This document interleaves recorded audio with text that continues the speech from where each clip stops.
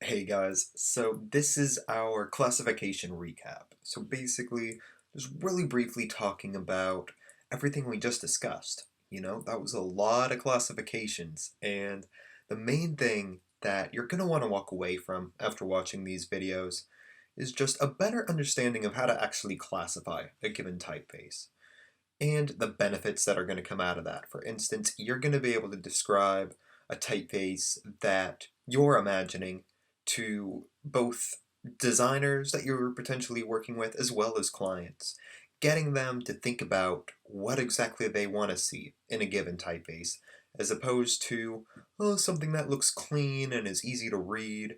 You know, getting an idea of how you can take really broad information like that and fine tune it down to just a super specific classification of type. So I just have a couple of real quick random examples put together here where we can just really briefly discuss how you would potentially classify these typefaces in a given circumstance.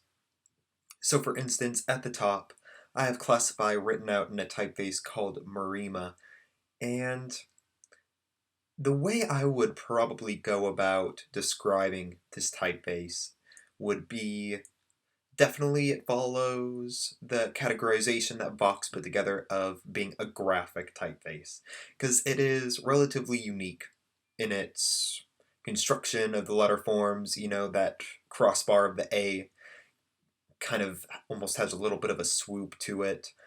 The goofy C kind of has that twirl going on in it. So I would definitely classify this as a graphic typeface, but I would also throw it into the classification. I might go as far as to call it a slab serif, just because it has those really strong.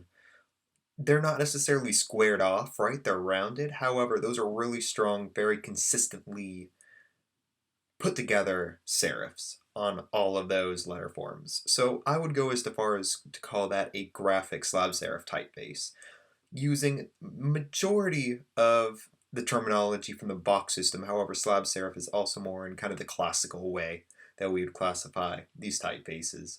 So that's how I would classify number one. Now, number two, 100% that is definitely a script typeface. The ridiculous amount of detail that's on that C with the crazy, I don't even know what you would hardly call that, the crazy loop thing that's going off on it. So that is by all means a script typeface that is going to be categorized in that way, no matter what classification system you're using. That's a script. Some people might call it a fancy typeface. I think that is, I don't want to say an uneducated way of putting it. However, I mean, you can be more descriptive than just saying fancy. Modern potentially could be a quote unquote fancy typeface, depending on who you're speaking with. So be a little bit more specific than that. Use these classification types that have been proven in the industry. That is a script typeface.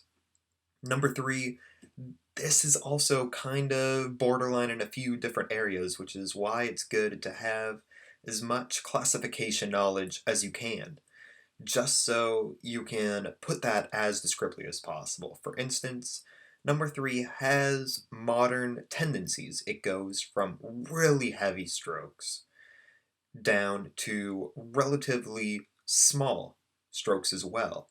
This would be considered a serif, or sorry about that. It would be considered a sans serif typeface. The absence of serifs kind of gives that away, so we're headed in the right direction here.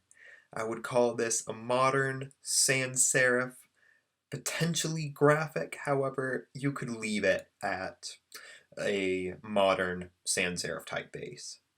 And number four, we are kind of borderline here as well a little bit. It almost has a little bit of a glyphic personality to it.